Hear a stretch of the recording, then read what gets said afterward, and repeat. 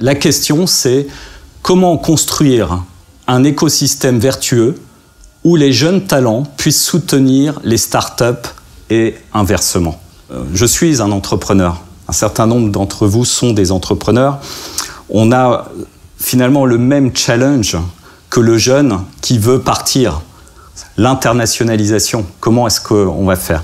Si on arrive à construire un écosystème qui fonctionne, on va s'aider mutuellement et ça va permettre de faire des projets extraordinaires et c'est ça que je suis venu partager avec vous.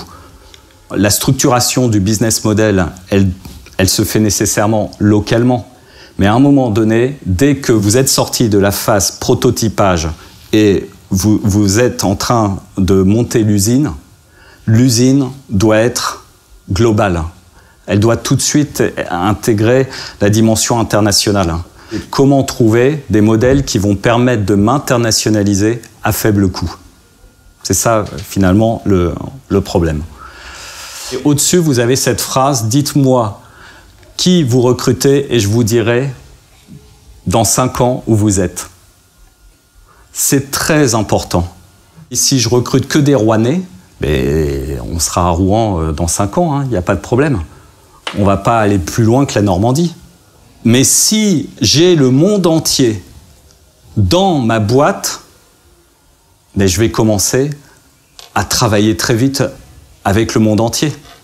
Quand vous créez la diversité autour de vous, vous allez créer des ponts naturellement avec le monde entier. C'est des stratégies de recrutement qui sont topissimes. Vous voyez, parce que vous allez mobiliser des réseaux dans un pays qu'on ne connaît pas et dans lequel finalement tout est compliqué. Mais si vous avez des gens qui sont là dans votre équipe, qui sont des passeurs, qui ont non seulement les qualités intellectuelles, mais qui ont les réseaux, évidemment, les portes s'ouvrent beaucoup plus facilement. Moi-même, je peux vous dire, j'ai prospecté dans les années 2000, à partir de 2007, je suis allé peut-être pendant 3 ans faire énormément de voyages en Chine. J'avais des réseaux, mais ça ne marchait pas. Et puis un jour, je vous donne cette idée, j'ai passé une annonce. J'ai dit, voilà, j'ai un problème. Mon problème, c'est comment développer les coopérations éducatives avec la Chine. Et j'ai envoyé à plein d'étudiants asiatiques et puis j'ai fait circuler dans les réseaux de profs. Et j'ai eu 75 réponses. 75 candidatures sur le poste. Je leur ai dit, explique-moi comment tu vas faire. Le test pour moi, pour le recrutement, c'est que tu m'expliques quelle est la stratégie que tu vas utiliser pour faire ce projet. En fait, j'avais posé l'Asie, vous voyez, j'avais été un peu plus général, et j'ai eu une pour l'Inde, une pour le Vietnam et une pour la Chine. La deuxième personne, c'était un Chinois, et il m'a dit, voilà ce qu'il faut que tu fasses. C'est cette organisation qui est très importante. Et puis, il m'a expliqué comment est-ce qu'il fallait faire. Vous imaginez, vous êtes à Paris, pendant 3 ans, je fais de la prospection, des voyages, je rencontre des gens et tout. Zéro, rien du tout. Et une personne va être capable de tout débloquer. Un étudiant du CNAM.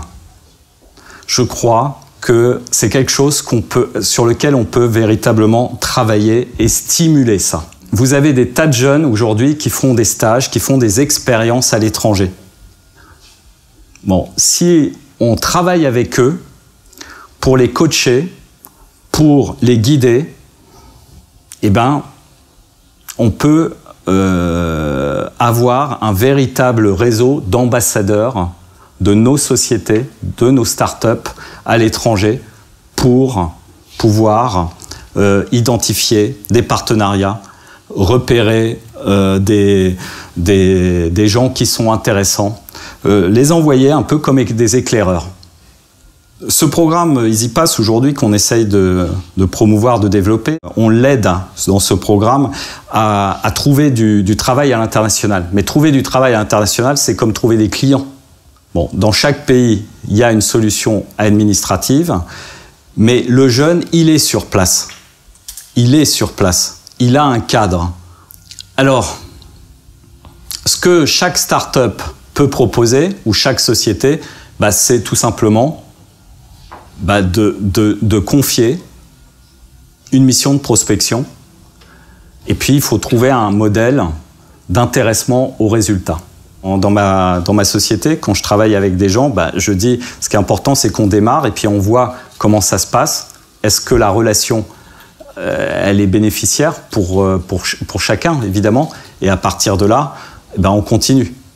On veut évidemment des gens qui sont efficaces au job, même s'ils nous coûtent 0. Donc comment vous les trouvez, les gens qui sont efficaces? Le meilleur moyen, c'est de les voir à l'œuvre. Donnez-leur du boulot, une mission, et regardez, c'est ce que j'ai fait moi avec mon collaborateur qui est aujourd'hui en Chine. Testez-les quand ils sont sur zone, dans le cadre d'un stage. Moi, c'est ça que je vous propose. Je crois que c'est gagnant-gagnant pour les jeunes et pour les sociétés de construire ce type de relation qui va permettre de construire une relation qui dure dans le temps. À l'ère du digital, malgré tout, l'aventure reste une aventure humaine et l'internationalisation, c'est des hommes. Voilà ce que je voulais vous dire. Merci. Le fait de trouver, comme vous dites, une perle, etc., avec du talent, c'est de plus en plus compliqué puisque c'est des gens qui sont très recherchés et qui vont avoir des opportunités et qui vont être arbitrés sur le marché du travail par le simple jeu des salaires.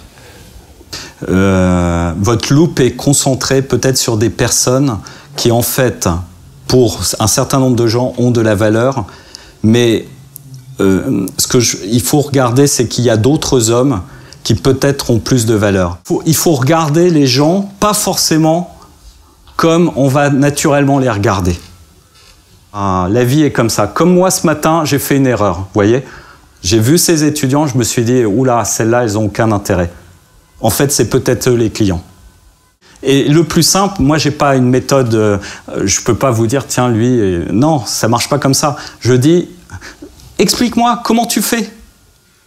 Et rien que déjà, quand vous faites un process de recrutement ou quand vous mettez à l'épreuve, c'est ce que je vous propose. Vous avez le gars qui est à tel endroit dans le monde, ça vous intéresse, une zone, vous lui dites, vas-y, avance, montre-moi comment tu fais. Si ça vous coûte 0, c'est intéressant. Vous allez voir.